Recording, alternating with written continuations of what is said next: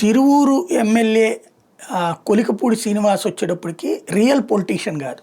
ఓ రకంగా ఒక సామాజికవేత్త, ఒక విద్యావేత్త, సామాజికవేత్త, అలాగే బహుళ ఏది మన బహుజన సామాజిక వర్గాల నుంచి ఉన్నత స్థితికి వచ్చినటువంటి వ్యక్తి. మొన్నటి అమరావతి పోరాటంలో కీలక పాత్ర పోషించడం, తిరువూరు ఎమ్మెల్యే టికెట్ అతనికి కేటాయించడం, తెలుగుదేశంలో అప్పుడు చేరాడు ఆయన. అంత ముందంతా కూడా జేఏసీ సభ్యుడు అంతే. తెలుగుదేశంలో మొన్నటిసారి చేరాడు. చేరిన తర్వాత తనకు ఎమ్మెల్యే సీట్ రాగానే విజయం సాధించడం ఒక అద్భుతం అయితే, తన కోరిక నిజాయితీగా ఉండాలని, అవినీతిని ఇష్టపడడం, తన పార్టీ వాళ్ళ అవినీతిని కూడా అంగీకరించలేదు. అది నచ్చక తన పార్టీ వాళ్ళే అతని మీద ఎదురు తిరిగి అధినాయకత్వం దగ్గర కంప్లైంట్ చెప్పి ఇబ్బంది పెడుతున్నది చూస్తున్నాం. అదే సందర్భంలో ఇప్పటికీ అతను అవినీతితో జీర్ణించుకోలేకపోతున్నాడు, ఎక్కడికక్కడ పోరాడుతున్నాడు. ఓ విషయంలో మెచ్చుకోవాలన్నమాట.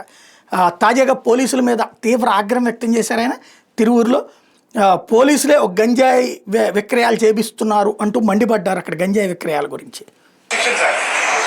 కానీ ఒక బ్యాచ్ని పెట్టుకొని వాళ్ళని గంజాయి అమ్మే వాళ్ళ దగ్గరికి పంపించి డబ్బులు వసూలు చేశారు. అది మొత్తం ఇప్పుడు చూపిస్తాం.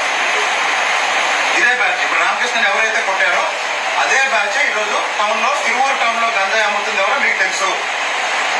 ఎస్ఐ ఒక గ్యాంగ్ని పెట్టుకొని తిరువూరు టౌన్లో గంజాయి అమ్మిస్తున్నాడు.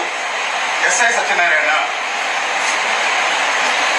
ఎవరో పాత రోజుల్లో, పాత ప్రభుత్వంలో గంజాయి అమ్ముతూ దొరికి ఇప్పుడు మామూలు పని చేసుకుంటున్న వాళ్ళని, పాత కేసులో ఉన్న వాళ్ళని ఇప్పుడు పిలిపించి మీరు గంజాయి తీసుకురావాలి, భద్రాచలం నుంచి మీరు గంజాయి అమ్మాలి, మీరు అమ్మి మాకు డబ్బులు ఇవ్వాలని వాళ్ళని ప్రజలు చేశారు. ఒక వ్యక్తి ఇంటికి వెళ్ళి వాళ్ళ అమ్మ బంగారం తాకట్టు పెట్టి 1,00,000 తీసుకొచ్చాడు. శ్రీకాంత్ అనే వ్యక్తి. శ్రీకాంత్ ఇంటి పేరేంటి? సుగ్గల శ్రీకాంత్. తిరువూరులో గంజాయి బ్యాచ్ కూడా బయటికి రావాలి.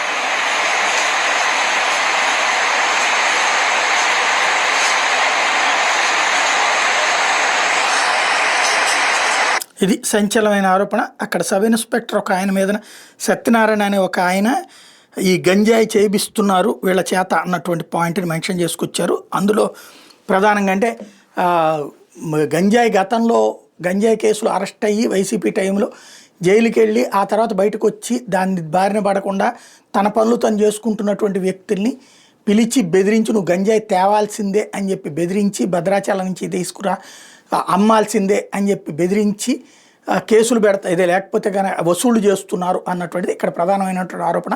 శ్రీకాంత్ అనే వ్యక్తికి సంబంధించిన ఇంటికి వెళ్ళి వాళ్ళ అమ్మ చేత వాళ్ళ అమ్మ నగల్ని తాకట్టు పెట్టించి ₹1,00,000 డబ్బులు కూడా వసూలు చేశారంటూ ఎమ్మెల్యే స్వయంగా పోలీస్ స్టేషన్లో చేసినటువంటి ఆరోపణ సంచలనం సృష్టిస్తోంది.